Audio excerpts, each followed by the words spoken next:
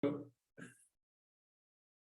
LifeBlood. This is George G, and the time is right. Welcome to today's guest, strong and powerful Louis Efron. Louis, are you ready to do this? I am ready to do this, George. All right, let's go. Louis is a globally recognized thought leader, writer, speaker, and award-winning Fortune 500 people executive. He's a senior management consultant at Gallup, and he's the founder of The Voice of Purpose.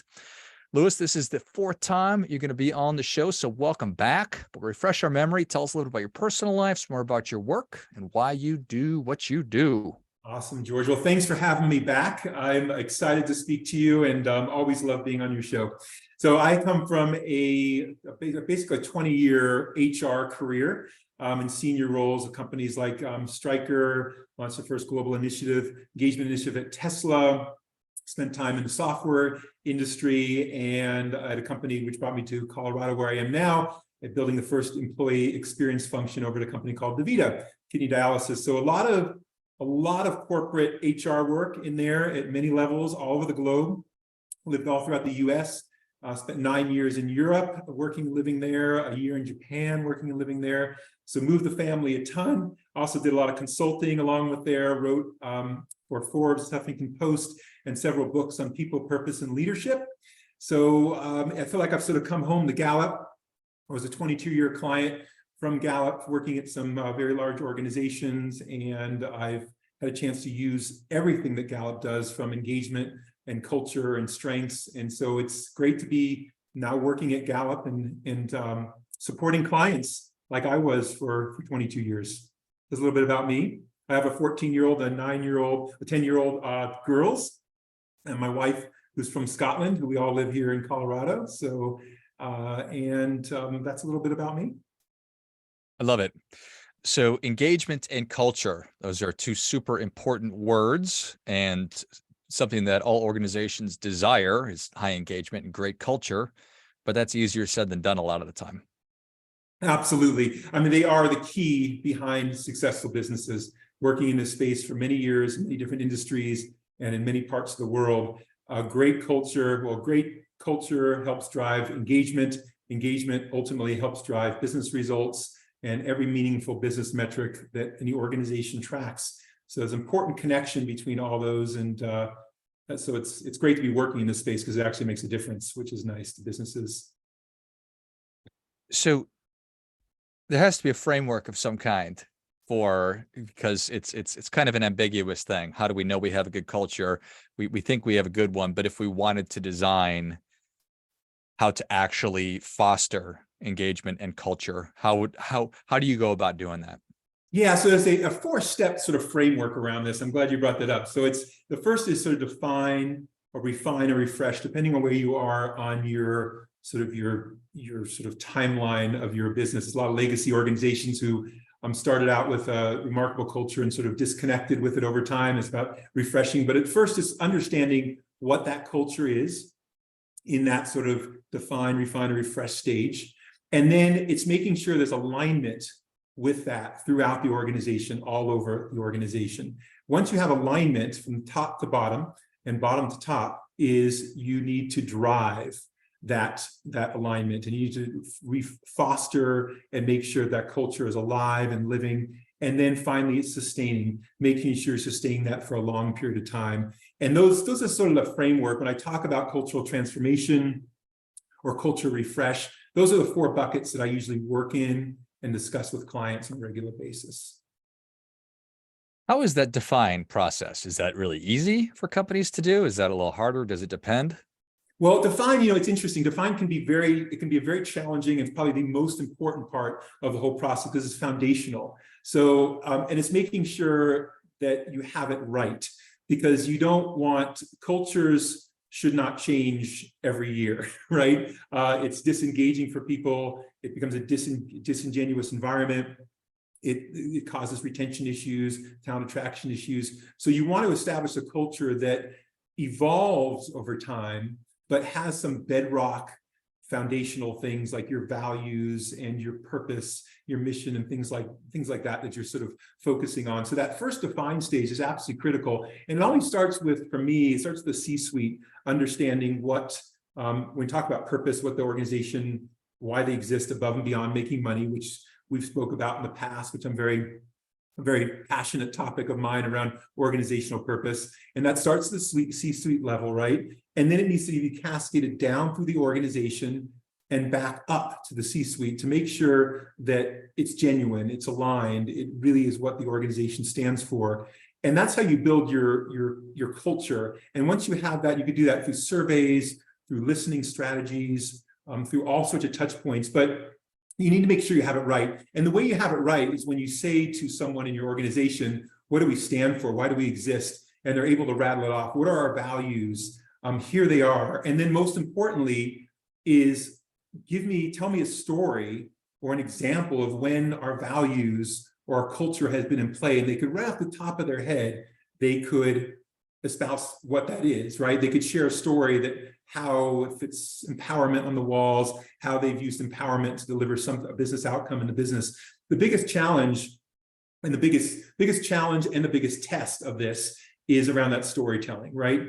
You want to make sure that it's lived in the business and it's lived through the ability to tell stories. And once you get it right, you know that those values and those cultural tenets in your organization are the right ones. If you approach someone and says, we stand for whatever it is, integrity, and no one could think of anything that anybody's done in the business that rises to that level, you have a problem, right? And you end up in the Enrons of the world, right? Where you have these facades of organizations. But the key is to make sure you get it right in that defined stage. So I would say it's the most labor intensive, the most thought intensive, and the longest part of this entire process, outside of obviously sustaining it, which goes on for decades. But if you don't get it right, it's always going to be wrong.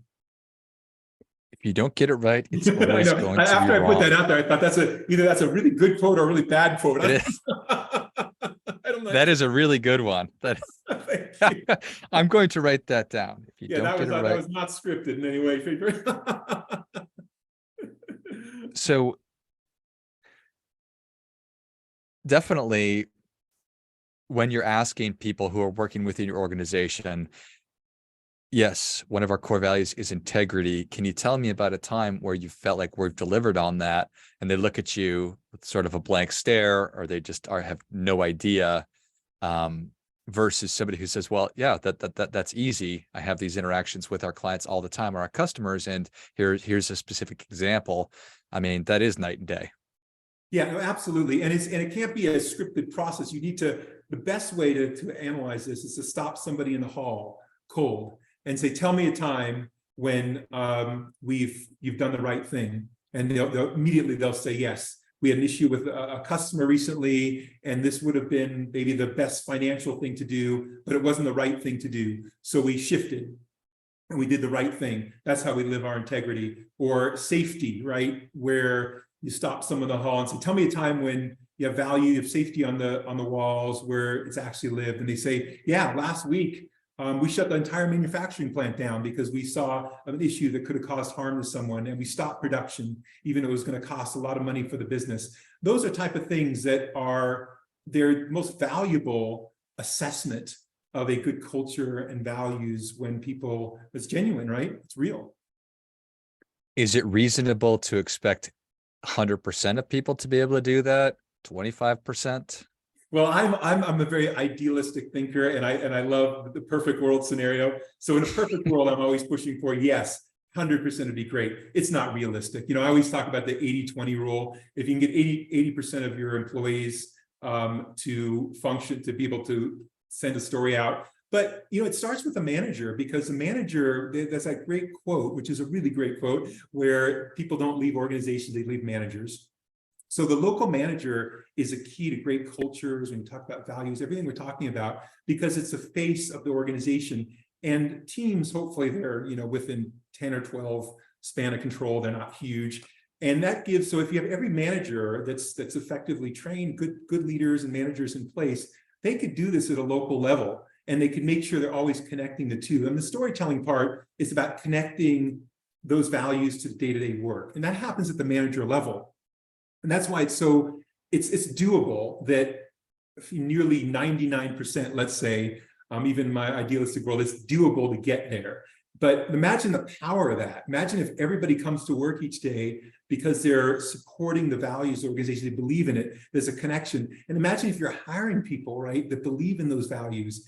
And that's the goal of having genuine values, because if you put them out there in the world and then you hire people that come to your organization for those values and don't experience them, they become bitter and they leave, and there's lawsuits that happen as a result of it. And it's not a pretty picture at all. And then your employment brand gets tainted as a result of that. So the more you can live your values, the more you attract the right type of people, and people that come to work because they believe in what you do, they believe in your bigger purpose, are the people that work harder. And it's not just a paycheck connection, because we all know the weakest link is a paycheck. Someone could always pay you more, or people are leaving employers all the time now for less pay and a better connection to purpose. So organizations that get this right, that could really align the values with who they're hiring and live it, you have a really rich situation that create very successful businesses.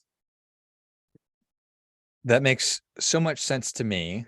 It makes sense to my head. It makes sense to my heart. I spend a lot of time thinking about why it is that I do things. And I spend a lot of time thinking about purpose. And then I read about how an organization told their employees that everybody could work remotely, and then they went back on it. And now everybody's really mad.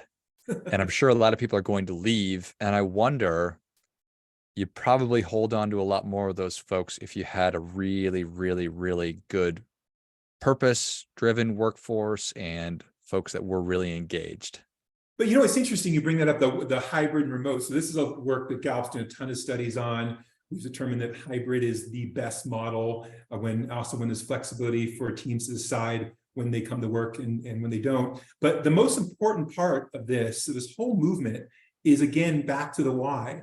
That's why I've been so passionate about purpose for so many decades in my career. It's all about understanding the why. So if you want people to come back to work into the office, it's not about just because a CEO says, we want you back because I think it's good for you to be in the office, and that's how I want to run my organization. That creates disengagement. But if you explain why it's beneficial and doing it at the right times, for example, innovation, when you have ideation meetings, when you're in a meeting and you're discussing new products or things like that, it's helpful to have people in the room to whiteboard things, the energy. There's a benefit to that. But there's times when you want people back in the office, and they get dressed, they spend an hour in a commute, they get to the office, and they get into their little cubicle and they sign on to a Zoom call with everybody else who's remote. That's pointless, right? And that creates disengagement. It creates disruption in someone's personal life. So anchoring everything, whether it be your organization or your practices or your policies, in that why, and making sure people understand it, it changes the whole game. It's pretty powerful. It's super powerful. And it's possible for every organization to do this? Absolutely. It's leadership. This is leadership. This is setting the tone at the top. This is leading by example. It's not lip service. And that's the key. You can't go out there, and we all work for organizations, right, where leaders will say all the right things. Sounds great. And then the minute the meeting's over, everybody will do something entirely different, right? So if you want to change a culture and a dynamic, it's leadership by example. You got to say the right things and you got to do the right things, and people have to see that, and it's got to be visible. And that's not only for your employees, but it's for your customers. With the whole ESG movement, it is so critical that what you do inside and outside the organization, there's an alignment. I love chocolate cake, so I talk about the chocolate cake analogy. You look at a chocolate cake, it's chocolate cake on the outside, it's chocolate cake on the inside. No matter how you cut it, it's a chocolate cake. That's what a genuine great culture is about, right? And that's what we're trying to create. And every organization that wants to do this can do this with the right leadership behind it. But it can't be plastic. You can't look on the walls and see the values that you stand for, and no one can think of an example of when it existed. It doesn't work. And it's disingenuous. So I do believe, and again, my idealistic mindset of life, I believe every organization can do it. And again, why wouldn't you want to do it? The power behind it and the analysis, quite frankly, Gallup's done, we've been in business 80 years, and there's been analysis on every important business metric. And it shows that when you have higher engaged employees, you have higher top line, stronger bottom line, you have better quality, better safety, productivity, better retention, all those things that matter.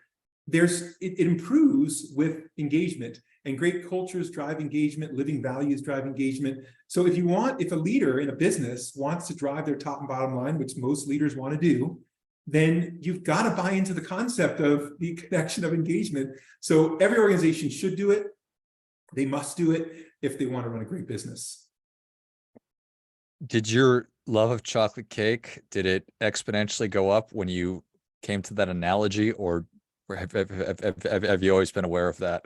I've always been aware. It's been just something I was born with, George. I just, I don't know. My parents gave it to me very early in my bottle. I'm not really sure. Okay, right.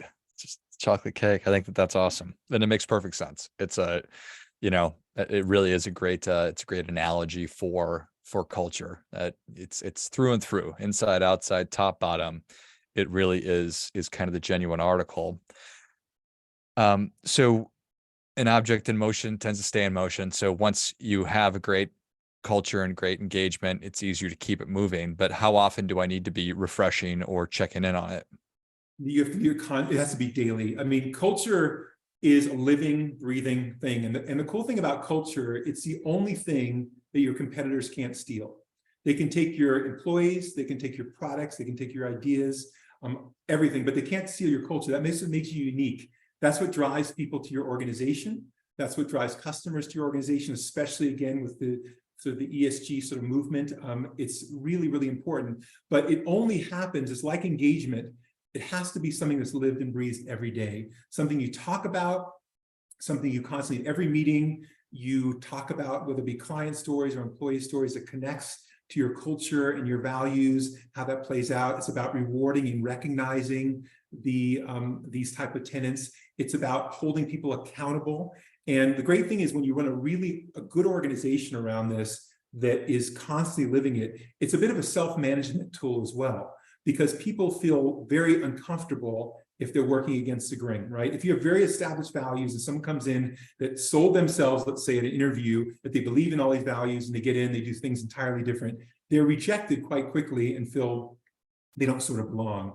And so it's something that you need to be actively doing every day. It's not something you do as a project and then forget about. It's woven into everything you do. If you have a manufacturing site, for example, and you have shift change meetings, you remind people why you're there, right? You're producing a product that, let's say, goes into a car that gets a family safely from their home to a dinner or gets people to work.